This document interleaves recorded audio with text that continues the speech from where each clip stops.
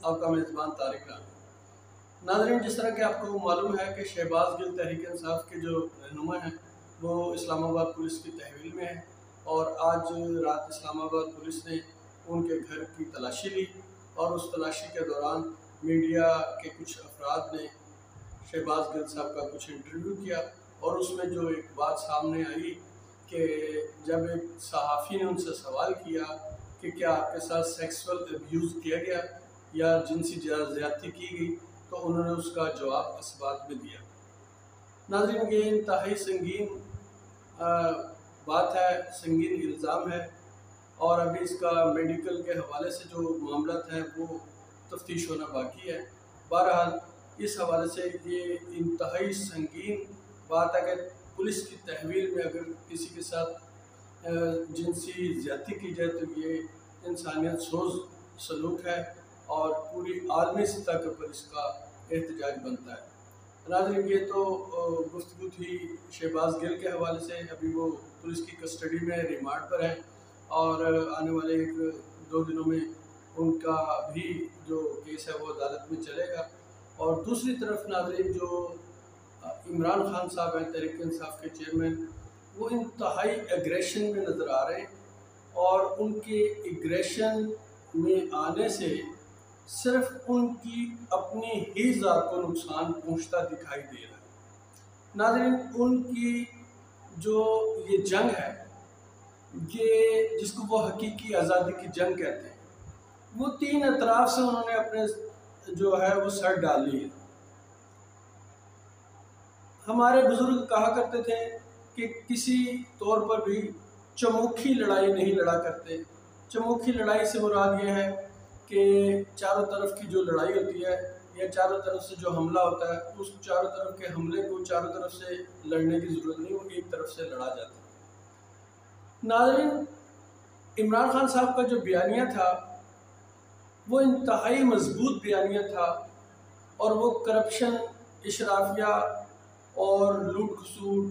اور پاکستان کے جو آئین کی وائلیشن ہوتی ہے، غریبوں کے ساتھ استحصال ہوتا ہے، اس کے حوالے سے ان کا بیانیہ انتہائی مضبوط ہے، اور اس کے اوپر پاکستان کے کروڑوں عوام ان کے ساتھ کھڑے ہونے کے لیے تیار ہیں۔ لیکن دوسری لڑائی، یہ تو ایک لڑائی چل رہی تھی جو اشرافیہ نظام سے ان کی چل رہی ہے، اور دوسری لڑائی انہوں نے اسٹیبلشمنٹ سے ڈال لی۔ وہ آپ کو معلوم ہے کہ سائفر آنے کے بعد ایک ایسی لڑائی سٹارٹ ہو گئی اسٹیبلشمنٹ کے خلاف جو ابھی تک وہ کسی انجام تک نہیں پہنچ سکی، اور تیسری لڑائی انہوں نے اب جو ڈال لی ہے وہ عدالتوں کے ساتھ ڈال لی۔ سمجھ سے بالاتر ہے کہ عمران خان صاحب کو کون لوگ ہیں جو اس وقت ایسی فضول لڑائیوں کی گفتگو اور مشورے دے رہے ہیں۔ میرے خیال میں عمران خان صاحب کو قطعی طور پر بھی عدالتوں کے سامنے کھڑا نہیں ہونا چاہیے تھا، اور یقینی طور پر وہ احترام کرتے ہیں، لیکن چند عناصر ضرور ایسے ہوں گے جن کی وجہ سے انہوں نے عدالتوں کے خلاف یہ بیان بازی جاری کی، اور جو نہیں کرنی چاہیے تھی۔ ابھی جو فیصلے دکھائی دے رہے ہیں، اور اشرافیہ اور اشرافی نظام کے جو سرکردہ یہاں پر رہنما ہیں، اور اس کے ساتھ ساتھ اسٹیبلشمنٹ اور عدلیہ، اور اس جو انتظامی سطح کے اوپر بھی دیکھا جائے تو بیوروکریسی بھی ان کے کافی اگینسٹ ہے، اور جہاں ایک طرف توشہ خانہ کا کیس ان کے اوپر چلایا جا رہا ہے، اور توشہ خانہ کے کیس میں ان کو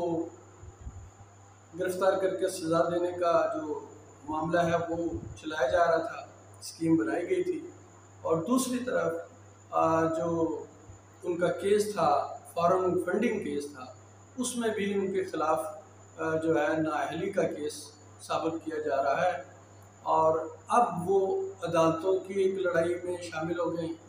اور عدالتوں کی لڑائی میں دیکھیں اب ان کے جو وکلا ہیں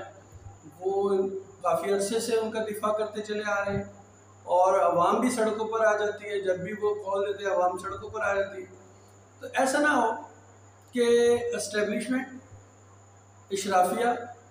عدالتوں کے ساتھ جو لڑائی محاذ آرائی ہے، اور جو بیوروکریسی کے ساتھ محاذ آرائی ہے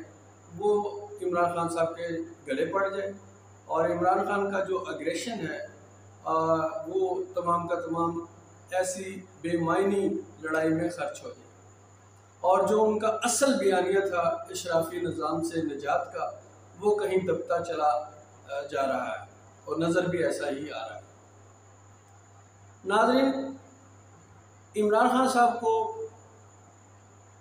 سوچنا چاہیے اس حوالے سے کہ سیکنڈ قیادت ان کے پاس کون سی ہے۔ اگر فرسٹ قیادت اس وقت تو جو ہماری اطلاعات کے مطابق عمران خان صاحب کو گرفتار کرنے کے تمام جو معاملات تھے اس کو پس پشت ڈال دیا گیا، اور صرف ان کو نااہل کرنے کے حوالے سے کارروائی جو ہے وہ عمل میں لائی جا رہی ہے، اور نااہل ہی کرنے کا جو معاملہ ہے وہ سب سے اہم تھا۔ گرفتاری اتنی اہم نہیں تھی جتنا اہم نااہلی کا معاملہ ہے، اور عمران خان صاحب کی تمام تر توجہ، تمام تر توانائی جو ہے وہ خرچ ہو رہی ہے اس وقت اسٹیبلشمنٹ کے ساتھ لڑائی میں، اشرافیہ کے ساتھ لڑائی میں، اور اب ایک عدالتوں کے ساتھ بھی انہوں نے محاذ آرائی کھڑی کر لی ہے، اور اس کے ساتھ ساتھ جو بیوروکریسی تھی وہ پہلے سے ان کے اگینسٹ چلی آ رہی ہے۔ عوام کا ایک بہت بڑا جو پہلو ہے وہ ان کے ساتھ اس وقت کھڑا ہے، اور اس کو توڑنے کے لیے اس وقت جو ہے وہ ساری کارروائی کی جا رہی ہے، جس طرح کہ عمران خان صاحب کی جو ڈائریکٹ نشریات تھی اور ان کی تقاریر تھیں ان کو دکھانے پر پابندی لگا دی گئی ہے، اور دوسرا جو ان کے پاس سب سے بڑا سپورٹنگ آرگن تھا اپنی آواز کو پہنچانے کے لیے عوام تک، وہ تھا انٹرنیٹ، اور انٹرنیٹ کے معاملات بھی اگر آپ دیکھیں تو 5-7 دنوں سے انتہائی سلو ہوتے دکھائی دے رہے ہیں، اور اتنے سلو ہو گئے ہیں کہ اب اگر آپ دیکھیں تو کافی دیر تک سکرولنگ ہی ہوتی رہتی ہے، اور جہاں تک ایک ویور پہنچنا چاہتا ہے وہاں تک نہیں پہنچ پا رہا، اور اگر اس سکرولنگ اور اس طرح عوام کو فیڈ اپ کر دیا گیا ہے، اس جو مین آرگن اس وقت عمران خان صاحب سمجھتے ہیں کہ میرا ہے کہ میں یوٹیوب یا جو انٹرنیٹ کا جو سورسز ہیں اس کے تھرو عوام تک اپنی بات پہنچاؤں گا، تو وہ بھی کسی حد تک بیٹھتا ہوا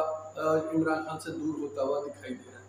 ہے۔ اور سیکنڈ قیادت جو ہے عمران خان صاحب کے پاس کوئی نہیں سوائے شاہ محمود قریشی صاحب کے، اور شاہ محمود قریشی صاحب ہیں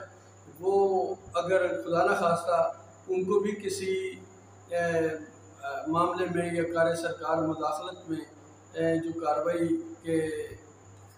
کار سرکار مداخلت میں اگر ان کی گرفتاری عمل میں لائی جائے گی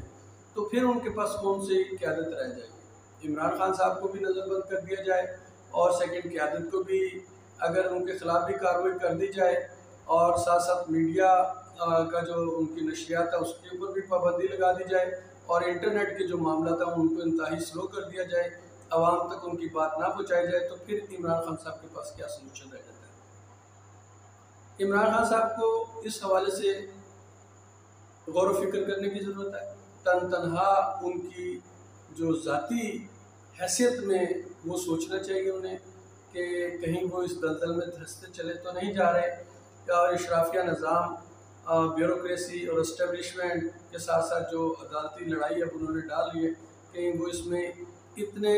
دھس نہ جائیں کہ ساری توانائی وہ اسی میں ہی خرچ کر دیں، اور وہ جو اصل بیانیہ تھا کہ عوام کو کھڑا کرنا ہے حقیقی آزادی کے لیے، وہ دبتا چلا جائے۔ ناظرین، میری یہی سجیشن تھی، آج تک کے لیے اتنا ہی۔ انشاءاللہ کسی اور ولاگ میں آپ سے ملاقات ہوگی ایک نئے موضوع کے ساتھ، تب تک کے لیے اجازت دیجیے۔ اللہ حافظ۔